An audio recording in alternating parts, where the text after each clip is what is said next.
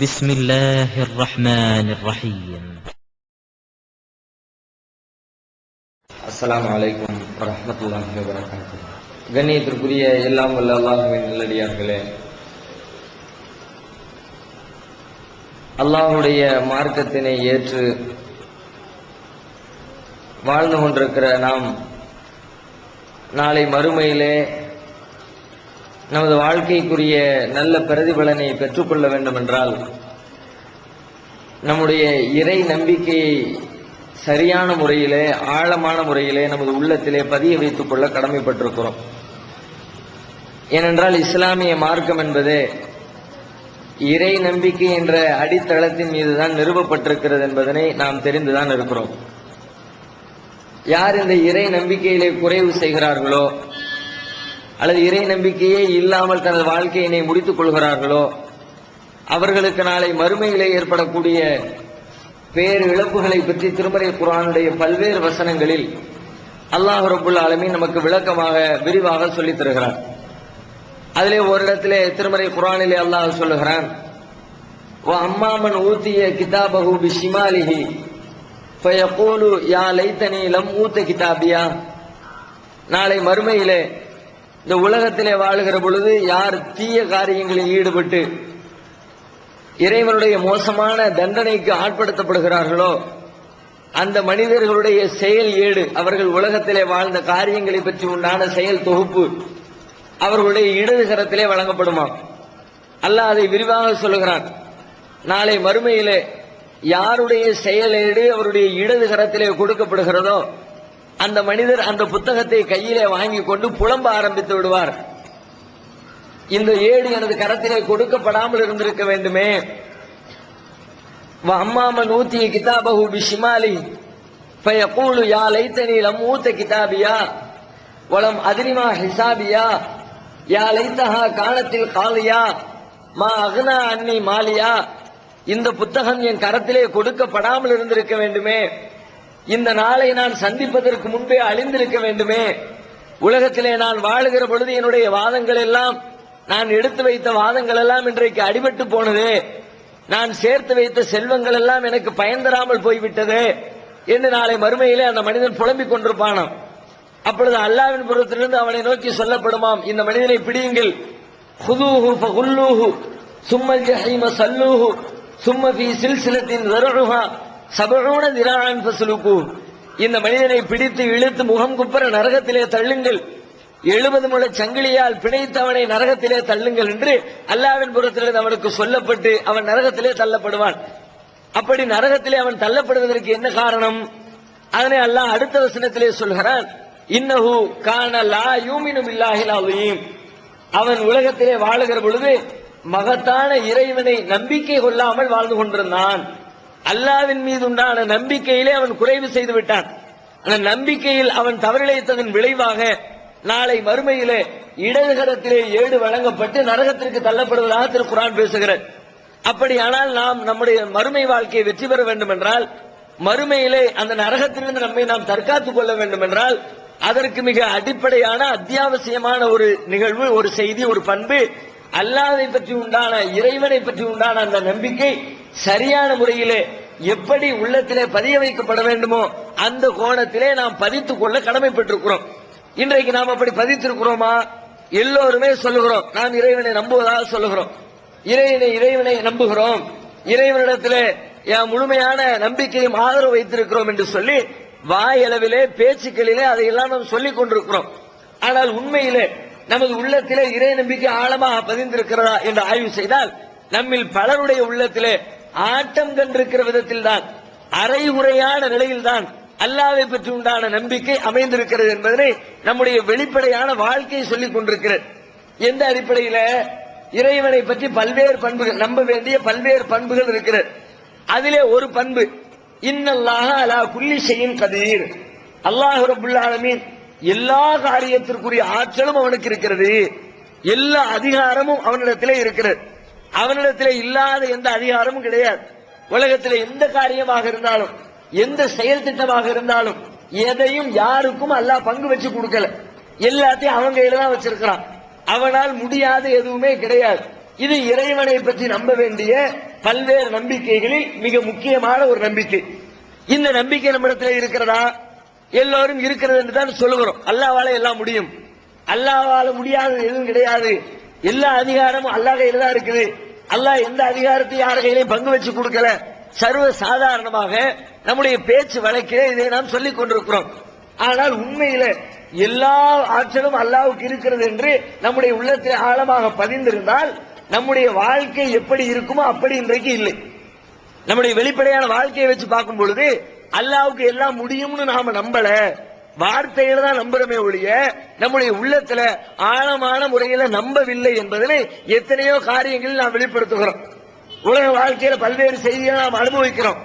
ஒவ்வொரு அனுபவத்திலையும் அல்லாஹ்வால் இது முடியும் என்று நம்பி இருந்தால் நாம் எடுக்கிற முடிவு வேறு விதமாக இருக்கும். சில நேரங்களில் பாருங்கள், சில மனிதர்கள் சில தவறான தொழில்களை தேர்வு செய்து வைத்துக் கொண்டு ஹராமான அடிப்படையில் இறைவன் தடுத்திருக்கிற பொருளாதாரத்தை திரட்டுவதற்கு அல்லாஹ் தடை செய்திருக்கிற வழிமுறைகளை கையிலே வைத்துக் கொண்டு எனக்கு இதை விட்டால் வேறு வழி இல்லை என்று சில பேர் புலம்புகிறார்கள். எனக்கு வேற தொழில் தெரியாது. ஒருத்தர் வங்கியில வேலை செய்கிறார், முழுக்க முழுக்க வட்டி கணக்கு தான் எழுத வேண்டிய சூழல் இருக்கிறது. வட்டி கணக்கு அல்லாஹ்வுடைய பார்வையிலே மிகப்பெரிய குற்றம். நாளை மறுமையிலே நிரந்தர நரக படுகொலியிலே தள்ளக்கூடிய பெரும் பாவம் என்று தெரிந்திருந்தாலும் அதிலிருந்து அவர்கள் விலக நினைத்தாலும் அதிலிருந்து விலகி வாருங்கள் என்று சொன்னால் பல பேர் சொல்லக்கூடிய பதில் என்ன? எனக்கு வேற எதுவுமே தெரியாதுங்க. இது மாதிரி எத்தனையோ வியாபாரம் செய்யறவங்க, பீடி சிகரெட் வச்சு கடை வச்சு விற்பனை செய்யக்கூடியவங்க, எங்க ஏரியாவில் இதுதாங்க வியாபாரம், இதை விட்டா எனக்கு வேற வியாபாரம் கிடையாது, நானே பெட்டி கடை தான் வச்சிருக்கிறேன், 5000 ரூபாய் தான் முதலீடு, இந்த 5000 ரூபாய் முதலீட்டுல நான் சம்பாதிக்கணும்னா இந்த பான் பாராக்கு வித்தா தான் என்னால சம்பாதிக்க முடியும், இந்த பீடி சிகரெட்டை வித்தா தான் என்னால சம்பாதிக்க முடியும், இந்த போதைப் பொருட்களை வித்தா தான் என்னால சம்பாதிக்க முடியும், எனக்கு வேற வழி இல்ல, என்னால சம்பாத்தியம் பண்ண முடியாது, எனவே இதன் மீது இந்த வியாபாரங்களை எல்லாம் நான் செய்கிறேன் என்று சொல்லி இறைவன் தடுத்திருக்கிற வழிமுறைகளில் பொருளீட்டுவதை பார்க்கிறோம். உண்மையில அல்லாஹ்வால் எல்லாம் முடியும் என்ற நம்பிக்கை ஒருவருடைய உள்ளத்திலே இருந்திருந்தால் இப்படி சொல்வாரா? ஹராமான வழியிலே இருக்கிற ஒரு காரியத்தை செய்துவிட்டு எனக்கு வேற வழி இல்ல, எனக்கு வேற தொழில் தெரியாது, எனக்கு வேற எந்த அறிவு ஞானமும் கிடையாது, ஆகையினால் இதை செய்கிறேன், இதுதான் எனக்கு பொருளாதாரத்துக்கு வழின்னு சொல்வாரா? அல்லாஹ் இதை செய்யக்கூடாதுன்னு சொல்லிவிட்டான், அல்லாஹ்வுக்காண்டி நான் தூக்கி எறிகிறேன், அந்த ரப்பு இந்த தொழிலை விட சிறந்த ஒரு தொழிலை எனக்கு தருவான் என்று நம்ப வேண்டுமா இல்லையா? நாம நம்புகிறோம். நம்முடைய உள்ளத்தில் அப்படி ஒரு நம்பிக்கை இருக்கிறதா? பலருடைய உள்ளத்தில் இல்ல. அதனால தான் ஒரு குறிப்பிட்ட தவறுகளை திரும்ப திரும்ப தொடர்ந்து அதிலேயே நிலைத்து நீடித்து அந்த தவறுகளை செய்து கொண்டிருப்பதை பார்க்கிறோம். அல்லாஹ் ரப்பல் ஆலமீன் திருமறை குர்ஆன்ல பல்வேறு வரலாற்று நாயகர்களுடைய சரித்திர குறிப்புகளை சொல்லி காட்டுகிறார். அந்த சரித்திர குறிப்புகளிலிருந்து நமக்கு சொல்லித் தரக்கூடிய பாடம் என்னவென்று சொன்னால், அல்லாஹ்வை எப்படி நம்ப வேண்டும் என்றால், உலகத்திலே காரண காரியங்களோடு ஒரு விஷயத்தை நம்புவதை போன்று நீங்கள் இறைவன் மீது நம்பிக்கை வைக்க கூடாது. அல்லாஹ்வை எப்படி நம்பணும்னா, மனிதனால் உன்னுடைய சக்தியை கொண்டு உன்னுடைய அறிவை கொண்டு யோசிச்சு பார்த்தா இதுதான் முடியும், இதுதான் சாத்தியம், இப்படித்தான் நடக்க முடியும் என்று நாம நம்புறோமே, அந்த இடத்துல அல்லாஹ்வை வச்சு நம்ப கூடாது. உன் அறிவு சில விஷயங்கள்ல இது சாத்தியம் இல்லை என்று சொல்லும். நம்முடைய பகுத்தறிவை கொண்டு சிந்தித்து பார்த்தால் இது நடக்கவே நடக்காது என்று சொல்ல முடியும். எவ்வளவு பெரிய ஆராய்ச்சியாளர்கள் கொண்டு வந்து நிப்பாட்டினாலும் இதுல இது முடியவே முடியாது என்று சொல்லி அவர்கள் தீர்ப்பு சொல்வார்கள்.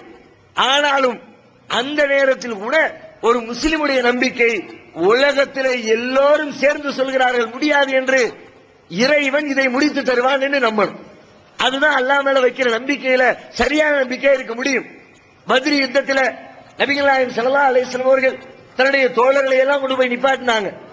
நிப்பாட்டி விட்டு அல்லாஹ்விடத்தில் கதறினாங்க. ஒட்டுமொத்த உலகமும் அன்றைக்கு என்ன சொன்னது?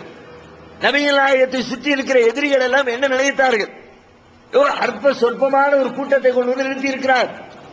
வெறும் 300 சொச்சம் பேரு, அவன் எதிரி ஆயிரக்கணக்கில் இருக்கிறான். இந்த 300 சொச்சமும் கூட ரொம்ப பலகீனமானவர்கள், அதிகமான பேர் முதியவர்கள், நல்ல வாகனங்கள் இல்லை, நல்ல குதிரைகள் இல்லை, நல்ல போர் கருவிகள் இல்லை, போருக்கு பயன்படுத்தக்கூடிய தளவாடங்கள் எதுவுமே நல்ல உறுதிமிக்கதாக இல்லை. இந்த கூட்டம் எதிரிகளிடத்திலே போய் மோதினால் கண்டிப்பாக இவர்களுக்கு தோல்விதான் மிஞ்சும், இவர்களால் வெற்றி பெற முடியாது. ஏனெனில் எதிரி பலமாக இருக்கிறார்கள், ஆயிரக்கணக்கிலே இருக்கிறார்கள், நல்ல திடகாத்திரமாக இருக்கிறார்கள், நல்ல போர் தளவாடங்களை தயாரித்து வைத்திருக்கிறார்கள். நல்ல வாகனங்கள், குதிரைகள், ஒட்டகங்களை கொழுத்த தீனி போட்டு தயாரித்திருக்கிறார்கள். அவர்களை உற்சாகப்படுத்துவதற்கு இளம் மங்கைகள் வேறு இருக்கிறார்கள். ஆனால் இங்க எல்லாமே மைனஸ். போர் தளவாடங்கள் மைனஸ், போருக்குரிய வாகனங்கள் மைனஸ், போர் புரியக்கூடிய மனிதர்களுடைய உடல்நிலை மைனஸ், எல்லாமே மைனஸாக இருக்கிறது. ஆனால் நபிகள் நாயகம் ஸல்லல்லாஹு அலைஹி வஸல்லம் என்ன நம்பிக்கை வைத்தார்கள்? அல்லாஹ் என்ன ஏற்படுத்தினான்? உலகம் சொல்லிச்சு, அறிவு சொல்லிச்சு, தோல்விதான் இங்கே முடிவு என்று. இறைவன் தோல்வி ஏற்படுத்தினா, வெற்றி ஏற்படுத்தினானா?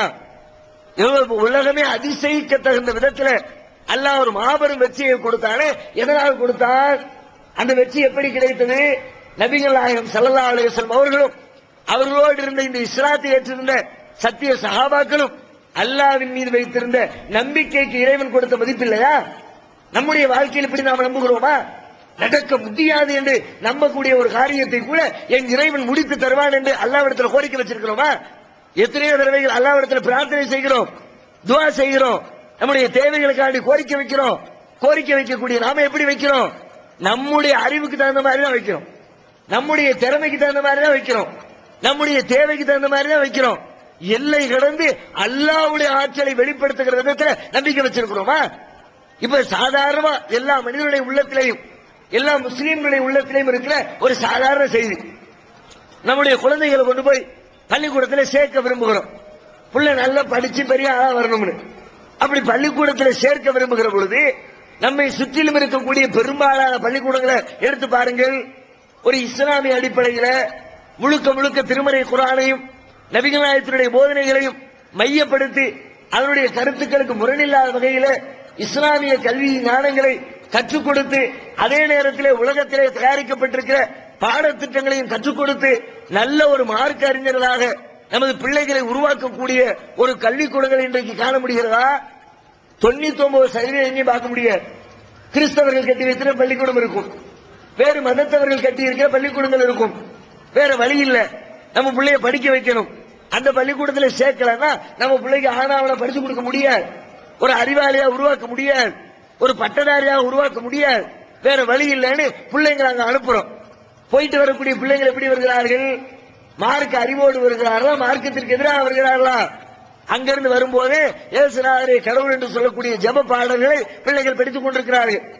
வேறு இஸ்லாத்திற்கு எதிரான இணை கற்பிக்கக்கூடிய பல்வேறு பாடல்களை பிள்ளைகளுக்கு படித்துக் கொடுத்து அந்த வழியிலே பிள்ளைகள் அதை நம்மிடத்தில் வந்து சொல்லி நாம் அதை தடுத்து தவறு என்று சொல்லிக் கொடுக்க வேண்டிய சூழல் ஏற்படுகிறது. இந்த நேரத்தில் எல்லாருடைய உள்ளத்திலேயும் ஒரு எண்ணம் வரும், ஒரு நல்ல பள்ளிக்கூடம் இல்லையே, ஒரு இஸ்லாமிய சூழல பள்ளிக்கூடம் இல்லையே, அப்படி ஒரு பள்ளிக்கூடம் இருந்தா எப்படி இருக்கும் என்று சொல்லி எல்லாருடைய விருப்பம் இருக்குது. இங்க நம்ம ஊர்ல இருக்கிற எல்லா பள்ளிக்கூடங்களும், நம்ம மாவட்டத்தில் இருக்கிற எல்லா பள்ளிக்கூடங்களும், நம்ம தமிழகத்தில் இருக்கிற எல்லா பள்ளிக்கூடங்களும் முழுக்க முழுக்க இஸ்லாமிய சூழலுக்கு மாறிவிட்டால் எப்படி இருக்கும்? கற்பனை பண்ணி பார்த்தால் நல்லா இருக்கு, நினைச்சாலே சந்தோஷமா இருக்குது. ஆனா இப்படி ஒரு எண்ணத்தை இஸ்லாமியமயமான பள்ளிக்கூடங்கள் உருவாக வேண்டும் என்று நம்முடைய உள்ளத்தில் இருக்கிற இந்த சிந்தனையை அல்லாஹ்விடத்தில் கோரிக்கையை நாம வச்சிருக்கிறோமா? எத்தனை தடவை அல்லாஹ்விடத்தில் துஆ செஞ்சிருக்கிறோம்?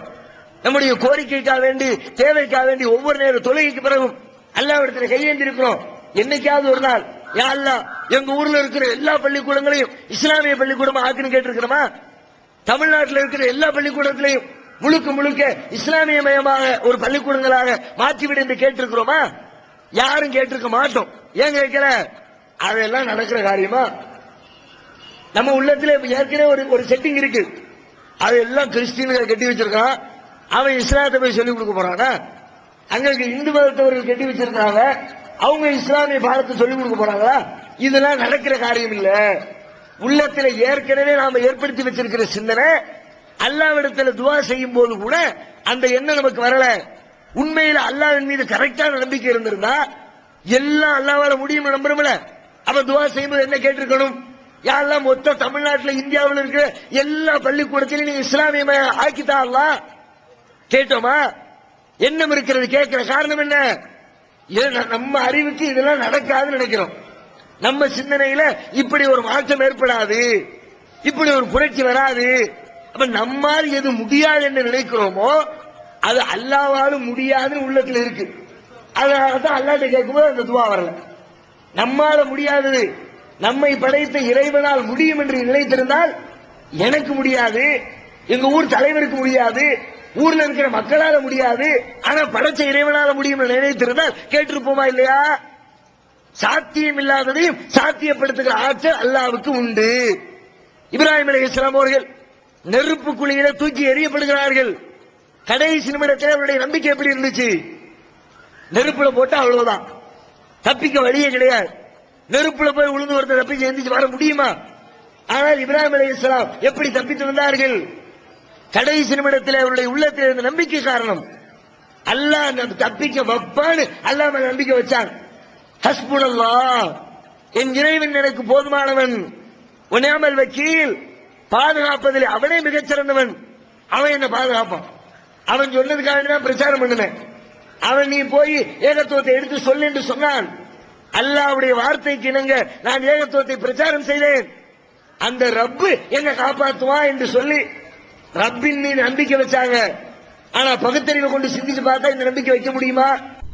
டிஎன்டிஜே வீடியோ விஷனின் புதிய வெளியீடு. வழிகட்ட கொள்கைகள் வகி அல்லாதவற்றை பின்பற்றலாமா, இமாம்களை பின்பற்றலாமா, சகாபாக்களை பின்பற்றலாமா, இஜ்மா கியாஸ் மார்க்க ஆதாரமாகுமா? இது போன்ற முக்கிய தலைப்புகளில் பிரச்சாரங்களுக்கான ஒரு மாத பயிற்சி வகுப்பில் சகோதரர் பிஜே அவர்கள் நடத்திய வழிகட்ட கொள்கைகள் என்ற தலைப்பிலான உரையின் முழு தொகுப்பு 3 DVD, விலை ₹90 மட்டுமே, கூறிய செலவு தனி. கிடைக்கும் இடம் டிஎன்டிஜே வீடியோ விஷன், எண் 30, அரண்மனைக்காரன் தெரு, மண்ணடி, சென்னை 1. செல் 9500168989. நெருப்பு ரெடி ஆயிடுச்சு, மக்கள் ரெடி ஆயிட்டாங்க, தூக்கி போட போறாங்க. நெருப்புல தூக்கி போட்ட பொசுங்கத்தான் வேணும், அதுல இருந்து தப்பிக்க முடியாது, வேற வழி இல்ல. யா அல்லாஹ், மரணத்துக்கு பிறகாவது இவருடைய வாழ்க்கையை நல்ல வாழ்க்கையை ஆக்கி வை அப்படின்னு தான் துவா செய்திருக்க வேண்டும். ஆனா எப்படி செஞ்சாங்க? என்ன கேட்டாங்க? அவங்களுடைய உள்ளத்திலிருந்த நம்பிக்கைக்கு அல்லாஹ் கொடுத்த பரிசு நெருப்புக்குள்ள போய் தப்பிச்சு வர முடியாதுன்னு உலகம் சொல்லும். ஆனால் அல்லாஹ் முடித்து காட்டினானா இல்லையா? சாத்தியம் இல்லாத விஷயங்களை கூட அல்லாஹ் சாத்தியப்படுத்துவான். நம்முடைய நம்பிக்கையை பொறுத்து, நம்முடைய உள்ளத்தில் ஆழமான நம்பிக்கை இருந்தால் அந்த நம்பிக்கைக்கு அல்லாஹ் மதிப்பளிப்பான். நம்முடைய நம்பிக்கை ஆட்டம் கண்டு போயிருந்தால் அல்லாஹ்விடத்தில் கேட்கும் போது சும்மா போட்டு வைப்போம், துவா தானே செய்யறோம், மயிரை கட்டி மழை இழுப்போம், வந்தா மயிறு அந்த வந்தா மழை அந்த மயிறு தானே போன போகுது என்று நினைத்து ஏதோ போட்டு வைப்ப போட்டு வச்சா அல்லாஹ் அதுக்கு ரெஸ்பான்ஸ் பண்ண மாட்டான். உலகத்துல நாமே ஒருத்தரிடத்துல போய் நம்முடைய தேவைக்காண்டி கேட்கிறோம், ஏதாவது கொடுங்க, பொருளாதார உதவி கேட்கிறோம். சும்மா கேட்போமே கேட்டா நம்ம கொடுக்கிறோமா? நம்ம இடத்துல ஒருத்தர் வந்து கேட்கிறார், ஆனா ஒரு 500 ரூபாய் கொடுங்களேன், வேற வழி இல்லைன்னு அவர்கிட்ட நின்று சொல்லி எடுத்து சொல்லி வேற வழி இல்ல, வேற யார்கிட்ட போவேன், நீங்க தான் தரணும் என்று வலியுறுத்தினதுக்கு பிறகு கையில இருந்து காசு அவுக்கிறோமா? அல்லது போற போக்குல சைக்கிள் நின்றுட்டு ஒரு 1000 ரூபாய் கொடுங்களேன், இல்லப்பா போயிட்டு வான்னு அனுப்பி விட்டுருவோம். நாம கேட்டாலும் அப்படிதான் பதில் சொல்லுவாங்க, நம்மிடத்துல கேட்டாலும் அப்படித்தான் பதில் சொல்லப்படுகிறது. உலகத்துல மனிதராகி நாமே நம்மிடத்துல வந்து முழுமையாக எதிர்பார்த்து கேட்டால் கொடுக்க வேண்டும் என்று நினைத்தால் படைச்ச ரப்பு அப்படி நினைக்க மாட்டானா? இப்ப ரப்பிடத்துல எல்லாவற்றையும் முடித்து தருகிற ஆற்றல் உனக்கு இருக்கிறது, ஒன்ன விட்டா எனக்கு கதி இல்ல, நீ தான் எனக்கு முடிச்சு தரணும் என்று சொல்லி நம்ப முடியாத காரியங்கள் மீதும் நீங்கள் நம்பிக்கை வைத்தால் அந்த நம்பிக்கைக்கு மதிப்பளிக்கிற விதத்திலே இறைவன் தனது செயலை அமைத்துக் கொள்வான். அல்லாஹ் அப்படி நமக்கு நம்முடைய வாழ்க்கையில அற்புதங்களை நடத்தி தருவான். அப்படி ஒரு அற்புதத்தை கண்டிருக்கிறோமா? நம்ம வாழ்க்கையில நம்ம எத்தனை பேரு நடக்க முடியாத காரியம் நடந்துருச்சுப்பா, ஆச்சரியமா இருக்குப்பா என்று சொல்லி ஆச்சரியப்படக்கூடிய ஏதேனும் ஒரே ஒரு நிகழ்ச்சி நம்ம வாழ்க்கையில் நடந்திருக்கா? நபிமார்கள் வாழ்க்கை நடந்துச்ச, பெரிய சஹாபாக்களுடைய வாழ்க்கை நடந்துச்ச. காரணம் எப்படி? அந்த நம்பிக்கை தான் அதற்கான அடிப்படை காரணமாக திகழ்ந்திருந்தது. ரசூலுல்லாஹ் தேடிக்கிட்டு வர்றாங்க, மக்காவில இருந்து புறப்பட்டுட்டாங்க, சவுர் கோயில வந்து தங்கிட்டாங்க. எதிரிகள் தேடிக்கிட்டு துரத்திக்கிட்டு வர்றாங்க. எதிரி துரத்திட்டு வந்து என்ன பண்றாங்க? துரத்தி கொண்டு வரக்கூடிய எதிரிகள் ஒரு குறிப்பிட்ட இடத்துல வந்து நின்றா, இங்கதான் இருக்கணும், இதை தாண்டி போயிருக்க வாய்ப்பு இல்லை, இதோட முடிஞ்சு போச்சு என்று சொல்லி ஒரு குறிப்பிட்ட எல்லையில வந்து நின்று கொண்டு தேடுகிறாங்க. சாதாரண மனித அறிவை கொண்டு சிந்தித்து பாருங்கள். ஒருத்தர் துரத்திட்டு வர்றாரு, வர்றவர் ஒரு வீட்டுக்குள்ள நுழைகிறாரு, துரத்திட்டு இருந்தவர் என்ன பண்றாரு? இந்த வீட்டுக்குள்ளதான் போயிருக்கிறாரு, வேற எங்கேயும் போகல. இதை தாண்டி இவர் போயிருக்க வாய்ப்பில்லைன்னு முடிவு செய்து விட்டால் துரத்தி கொண்டு வந்தவர் என்ன செய்வார்? அந்த வீட்டை சல்லடை போட்டு தேடுவாரா இல்லையா? எங்க எங்க கிடக்குது, அலமாரில திறந்து பாரு, பீரோல திறந்து பாரு, கட்டில கீழே பாரு, பாத்ரூம் கதவு திறந்து பாரு, இங்கதான் இருக்கிறாரு, எங்க இருக்கிறாரு சல்லடை போட்டு தேடுவான்ல. நபிகளா ஸல்லல்லாஹு அலைஹி வஸல்லம் துரத்தி வர்றாங்க, ஒரு குறிப்பிட்ட இடத்துக்கு வந்துட்டாங்க, அங்கதான் ரசூலுல்லாஹ் இருக்கிறாங்க, அபூபக்கர் சித்திக் அங்கதான் இருக்கிறாங்க. கீழ இருந்து அபூபக்கர் சொல்றாங்க, அல்லாஹ்வுடைய தூதரே வந்துட்டாங்க. கீழ இருந்து பார்த்தா கால் தெரியுது, மேல இருக்கிறவங்க கொஞ்சம் குனிஞ்சா போதும், தலையை கொஞ்சம் குனிஞ்சாலே கீழே இருக்க ஆளை கண்டுபிடிச்சிடலாம். ஆனா தலை குனிஞ்சுதா? அறிவுபூர்வமா சொன்னா தலை குனியணும். இங்கதான் இருக்க முடிவு பண்ணிட்டான், அங்க இருக்கான பாரு, இங்க இருக்கான பாரு, பாறைக்கு கீழே பாரு, பாறைக்கு பின்னாடி பாரு, சொல்லி இருக்கணுமா இல்லையா? நடந்துச்சா அது? உங்க அறிவு சொல்ல அது நடக்கணும்னு. ஆனா அல்லாஹ் நடத்தி காட்டினானா? அபூபக்கர் சித்திக்கு கவலையோடு கேட்கிறாங்க, அல்லாஹ்வுடைய தூதரே வந்துட்டாங்களே, மாட்டிக்கிட்டமே, என்ன பண்றது? ரசூலுல்லாஹ் சொன்ன பதில் என்ன? லா தஹ்சன் இன்னல்லாஹ் மஅனா. அபூபக்கரை கவலைப்படாதீர்கள், அல்லாஹ் நம்மோடு இருக்கிறான். அவன் தான் நம்மளை கிளம்பி போக சொன்னான், அவன் தானே ஹிஜ்ரத் பண்ணுன்னு சொன்னான், அவன் பேச்சை கேட்டு தானே வந்திருக்கிறோம், அந்த அல்லாஹ் காப்பாத்துவான் அப்படின்னு அல்லாஹ் மேல அசைக்க முடியாத நம்பிக்கை. அந்த இடத்துல அப்படி நம்பிக்கை வைக்கவே முடியாது. வந்துட்டா மாட்டிக்க முடிஞ்சு போச்சு. அப்படிப்பட்ட நேரத்தில் நம்ப முடியாத ஒரு காரியத்தின் மீது நபிகளாக நம்பிக்கை வைக்கிறார்கள். என்ன நடந்துச்சு? அல்லாஹ் அந்த நம்பிக்கைக்கு மதிப்பளிக்கிறான். எப்படி? நபிகள் நாயகம் ஸல்லல்லாஹு அலைஹி வஸல்லம் அவர்கள் பிற்காலத்திலே சொல்கிறார்கள், அந்த நேரத்தில் அந்த எதிரிகளுடைய முகத்தை மலக்குமார்களை விட்டு அல்லாஹ் வேறு புறத்திலே திரும்ப செய்து கொண்டிருந்தான். ரசூலுல்லாஹ் சொல்றாங்க, அவன் இந்த பக்கம் பார்க்க விடாம அவன் முகத்தை மலக்க கொண்டு அல்லாஹ் திருப்பினான். இந்த பக்கம் திரும்ப, அந்த பக்கம் திரும்ப. ஏன் அல்லாஹ் அப்படி செய்யணும்? நபிகள் நாயகத்தினுடைய நம்பிக்கைக்கு இறைவன் கொடுத்த பரிசா இல்லையா? ஜக்கரியா அலைஹிஸ்ஸலாத்துடைய வாழ்க்கை பார்க்கிறோம். அவங்களுக்கு பிள்ளை இல்ல, பிள்ளைக்காக அல்லாஹ்விடத்துல துஆ செய்றாங்க. எந்த அளவுக்கு துஆ செய்றாங்க? ரப்பி இன்னி வஹனல் அல்மு மின்னி, இறைவா என்னுடைய எலும்பெல்லாம் பலகீனமடைந்து விட்டது, வஸ்தால ரவுசு செய்வா, என் தலைமுடியும் நரைத்து விட்டது, என்னுடைய மனைவியும் மலடியாக இருக்கிறாள். புள்ளைய கேட்கறதுக்கு துஆ செய்யறாங்க. ஒண்ணு ஏழல, எலும்பு பலகீனம், தலைமுடி நரைச்சு போச்சு, மனைவிக்கும் பிள்ளை வரக்கூடிய ஆற்றல் இல்ல, எல்லாம் அந்த மாதவிடாய் மென்சஸ் எல்லாம் நின்று போச்சு. நின்று போச்சுன்னா உலகம் என்று சொல்லும். இந்த ரிப்போர்ட்டை வச்சு ஒருவரிடத்தில் பேசினால் அது யாரா இருக்கட்டும், எவ்வளவு பெரிய டாக்டரா இருக்கட்டும், என்ன சொல்லுவாங்க? முடிஞ்சு போச்சு, குழந்தை பிறப்பதற்குரிய எந்த வாய்ப்பும் இல்லை. அப்ப என்ன கேட்டிருக்கணும் ஜக்கரியா அலைஹிஸ்ஸலாம்? யா அல்லாஹ், குழந்தை பெற வாய்ப்பு இல்ல, எல்லா விதமா பலகீனமாயி போச்சு, அதனால என்ன படுக்கையில போட்டுறாத, புள்ள இல்ல, வாரிசு இல்ல, என்ன பாக்குறதுக்கு ஆள் இல்ல, நல்ல திடகாத்திரமா நான் நடந்து கொண்டிருக்கும் பொழுது என் உசுரை கைப்பற்றின்னு கேட்டா அது நியாயம். ஆனா ஜக்கரியா அலைஹிஸ்ஸலாம் என்ன கேட்டாங்க? வலம் அகும் பிதுஆயிக ரப்பி ஷகியா, இறைவா உலகத்தின் அடிப்படையிலே சிந்தித்தால், என்னுடைய பகுத்தறிவை கொண்டு சிந்தித்தால், என்னுடைய உடல் அமைப்பை கொண்டு சிந்தித்தால், என்னுடைய மனைவியின் உடலுடைய தரத்தை கொண்டு சிந்தித்தால், உலகத்தை கொண்டு சிந்தித்தால் எனக்கு பிள்ளை பெறுவதற்கு வாய்ப்பில்லை.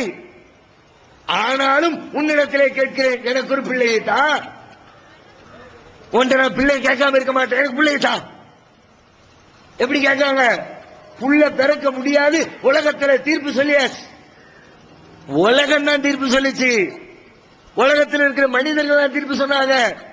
உலகத்தில் யாராலும் முடியாது, அது எனக்கே நல்லா தெரியுது.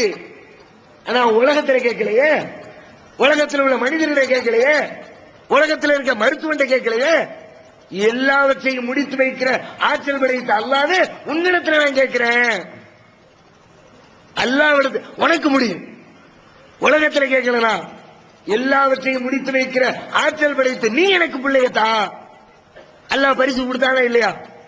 உலகம் முடியாதுன்னு பிள்ளை பெற்றெடுத்தாங்களா இல்லையா? குழந்தைகளுக்கு கிடைச்சிட்டா இல்லையா? எப்படி கிடைச்சிச்சு?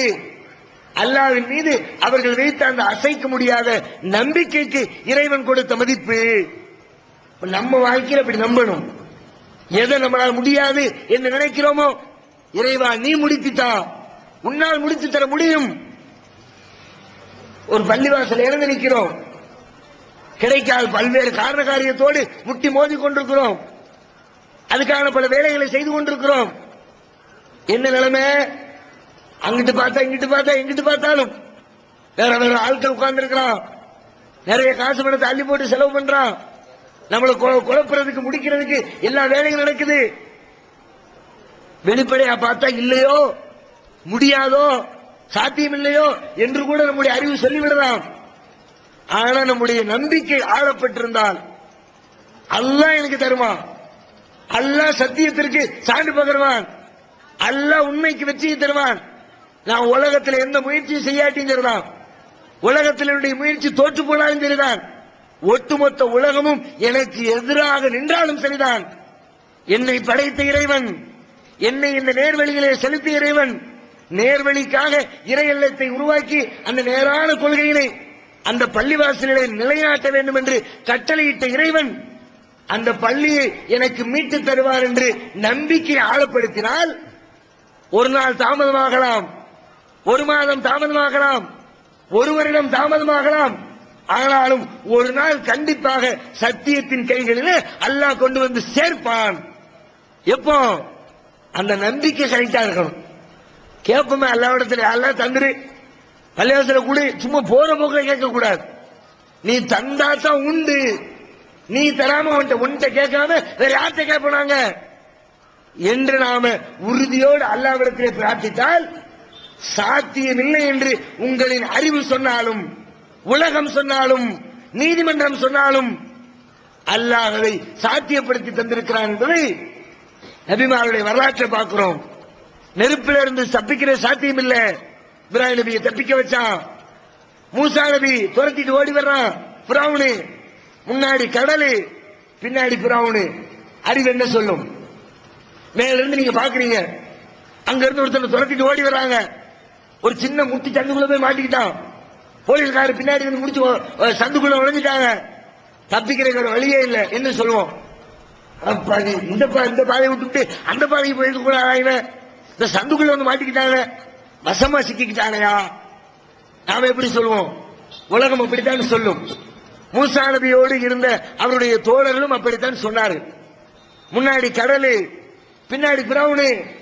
யா மூசா இன்னால முதரக்கூன், மூசாவே வசமா மாட்டிக்கிட்டோமே, இப்படி ஒண்ணு நிப்பாட்டி விட்டீங்கள. அவர்கள் அத்தனை பேரும் அதைத்தான் சொன்னார்கள். ஆனா என்ன நடந்துச்சு? மாட்டிக்கிட்டாங்களா? அறிவை கொண்டு சிந்திச்சா தப்பிக்க வெளியே, முன்னாடி போனாலும் சாவு, பின்னாடி போனாலும் சாவு. தப்பிக்க வச்சானா இல்லையா? அறிவை கொண்டு சிந்திச்சு பார்த்தா நடக்குமா? கடல் பிளக்குமா? கடல் வெளிவிடுமா? கற்பனை கூட பண்ணி பார்க்க முடியாது. ஆனால் கடலை பிளக்க வைத்து மூசா நபி அல்லாஹ் காப்பாற்றினார். எப்படி? மூசா நபியுடைய உள்ளத்தில் இருந்த உறுதி, இன்னமாய ரப்பி செய்து, என் இறைவன் என்னோடு இருக்கிறான், அவன் எனக்கு வழிகாட்டுவான். உலகத்தில் வழி அடைக்கப்பட்டுருச்சு, இது நானா எடுத்த முடிவில்லை, நானா ஓடி வரல, அவன் தான் ஓட சொன்னான், அவன் தான் புறப்பட சொன்னான், அவன் சொன்ன வார்த்தைக்கு கட்டுப்பட்டோம், அவன் நம்மளை காப்பாற்றுவான் என்று மூசா நபி வைத்த நம்பிக்கைக்கு அல்லாஹ் கொடுத்த பரிசு என்ன? அப்படியே நம்ப முடியாத அளவிற்கு கடல் பிளந்து வழி கொடுத்து அந்த வழியிலே அவர்கள் தப்பி சென்று யார் ஆதிக்கம் செலுத்துவார்களோ அவர்கள் அழிந்து போனார்கள், யார் பாதிக்கப்படுவார் என்று நினைத்தோமோ அவர்கள் தப்பித்து விட்டார்கள் என்ற ஒரு வரலாற்றை அல்லாஹ் நடத்தினார். எப்படி? நம்பிக்கை தான். அப்ப அல்லாஹ் மேல நாம நம்பணும்னா அப்படி நம்பணும். எல்லாத்தையும் செய்வான் அல்லாஹ், எல்லாரும் எல்லா காரியத்துக்கும் அல்லாஹ்விடத்தில் ஆற்றல் இருக்கிறது. இன்னல்லாஹ அலா குல்லி ஷைஇன் கதீர், எல்லா காரியத்தின் மீதும் அல்லாஹ்வுக்கு அதிகாரமும் ஆற்றலும் இருக்கிறது என்பதை அசைக்க முடியாத அளவில் நமது உள்ளத்திலே இருத்திக் கொண்டால் நாம அல்லாஹ்விடத்தில் கேட்கிற பிரார்த்தனைகளும் வைக்கிற நம்பிக்கைகளும் அப்படியே தலைகீழாக மாறி போகும்.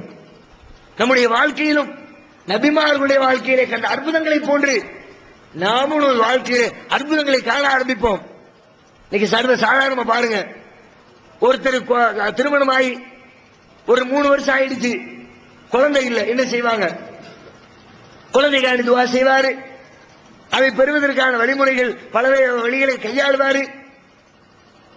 மருத்துவத்தில் எதுவும் கோளாறு இருக்கான்னு சொல்லிட்டு அதை தேடி போவாரு.